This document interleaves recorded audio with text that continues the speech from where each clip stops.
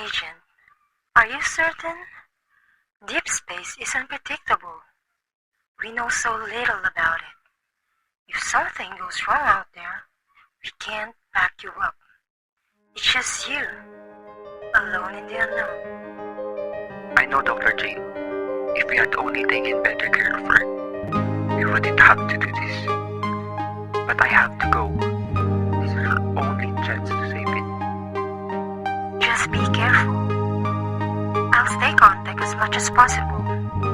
Thank you for your bravery.